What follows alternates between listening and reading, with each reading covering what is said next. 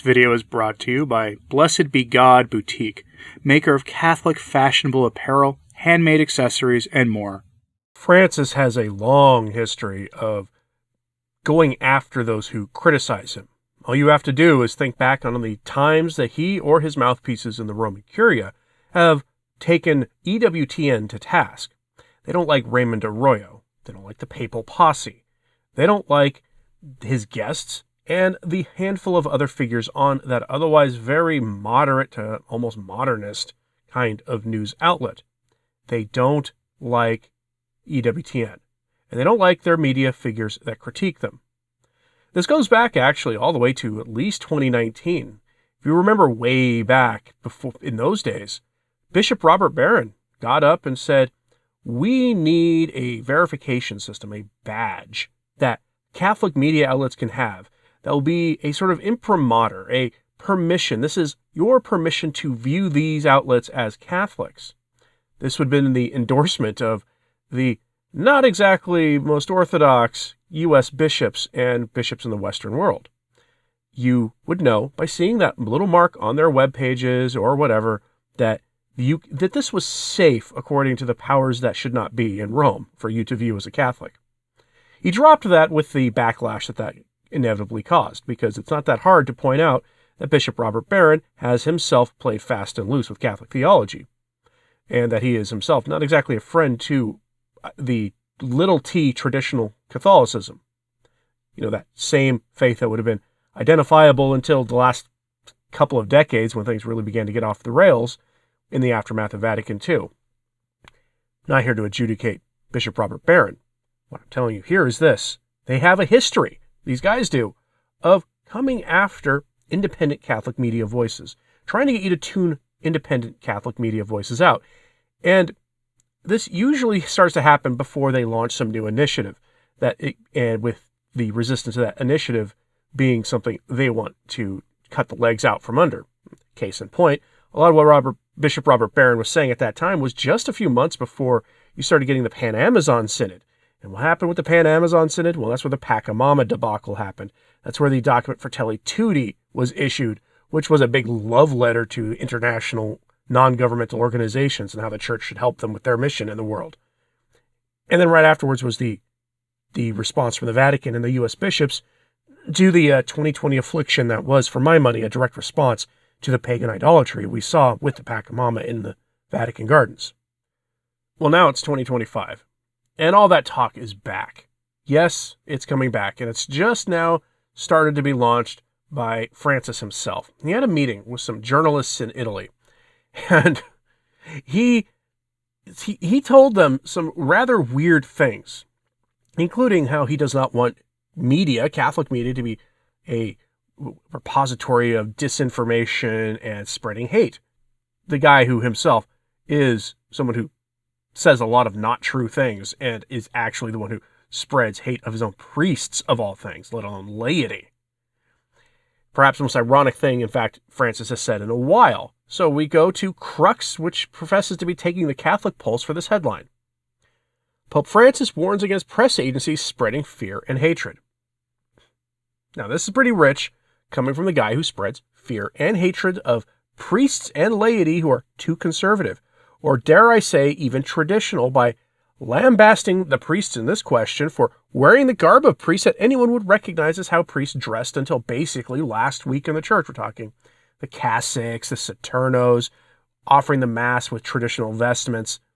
This man himself has a long, sordid history of saying pretty spicy things about his adversaries, as well as including those who support his work the most. If you remember to the stuff he said about the James Martin Brigade just a few months ago. But he really does love to come after priests, rather tragically, who don't push the modern, bizarre theology of super-duper inclusivity. But now Francis has his sights trained on independent Catholic media voices, because one thing Francis has always had is a disdain for conservative Catholic media. Now, this article from Crux actually misses the point entirely. They try to put in something here where they talk about how studies have shown too much time on social media is generally unhealthy, and it could cause you to have a negative image about yourself. That's all objectively true, but that's not what he's talking about here. This is about information and where information comes from and alternative analyses of information and spread of information that maybe the Vatican isn't so keen on getting spread about. Remember, the mainline Catholic media were not the ones who told you about Father Rupnik. It was generally independent Catholic media who broke those stories. That's what this is about. This is about the flow of information and the analysis of information to tell you what's actually going on. So here's what Francis had to say from the article, quote, Pope Francis has urged journalists to not push disinformation and polarization in the media in his annual message to the World Day of Social Communications.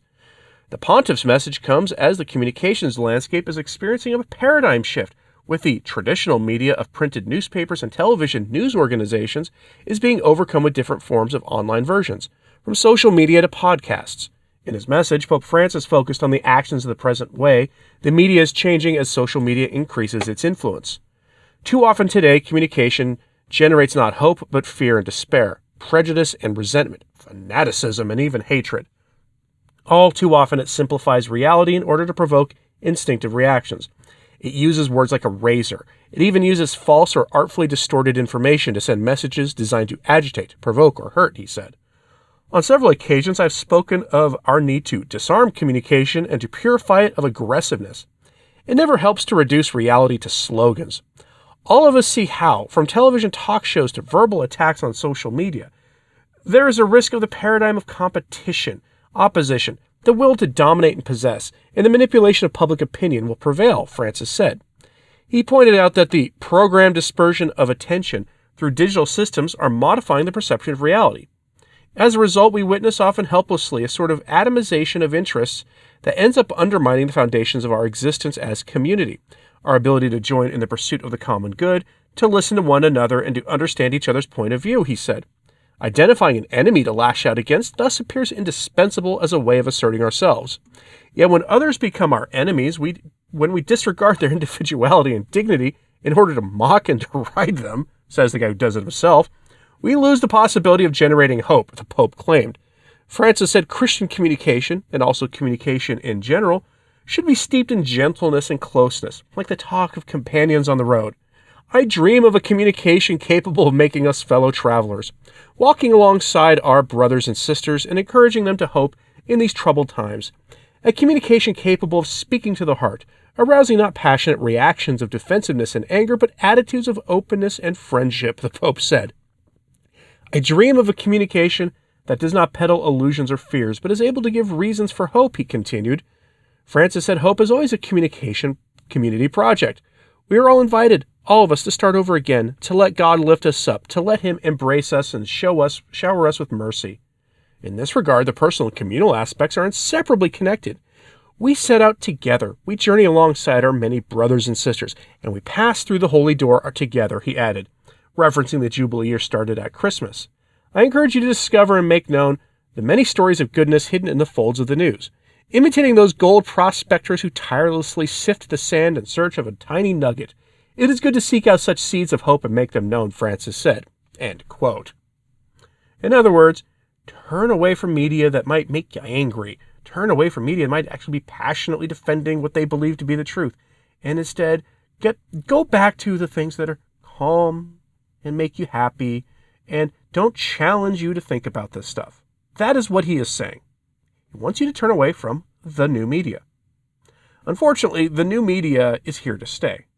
We see this in things like the record low viewership on traditional media platforms, as widely reported in the news now, of the presidential inauguration. You might not be aware of this, but there were some opponents of the new American president who were quite happy to see that his inauguration got low views on traditional platforms, and they spun that to mean nobody watched. When you don't have to like the guy at all to realize it's a dumb argument. People watched it on X. They watched it on YouTube. They watched it on Facebook.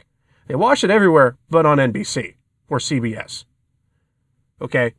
And the reason they did that is nobody trusts the old media anymore. Nobody does. You see this in Catholic media. The old guard Catholic media. People have a hard time with Vatican News.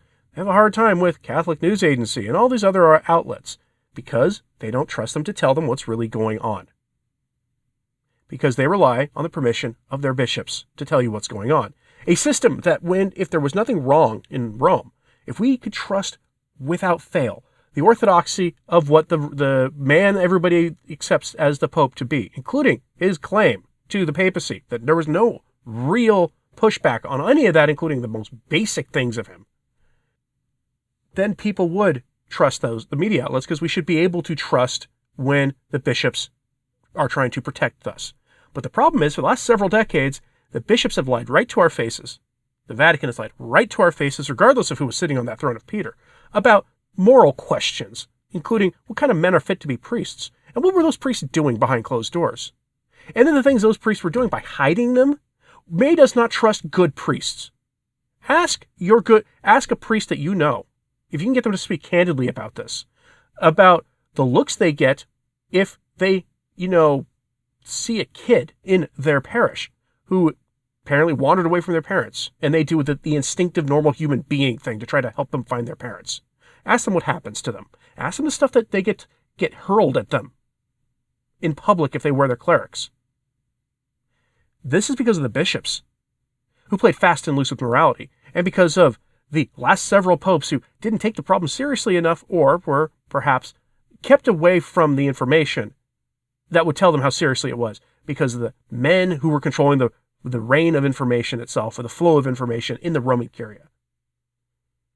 So spare us all this, don't be angry, listen to lukewarm. Basically, what he's telling you, if you ever, the stereotype of NPR, all very happy, very calm sounding stuff, that kind of stuff, that's what he's wanting you to go back to.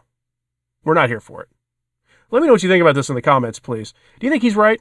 Do you think we should all just be happy and, all this other stuff? To me, it sounds like lukewarmness and putting down the instrument of real resistance to this stuff, which is information. Let me know what you think about this in the comments, please. And like and subscribe if you haven't. It does help, so does sharing this on social media. That helps too. And as always, pray for the church. I'm Anthony Stine. Ave Maria.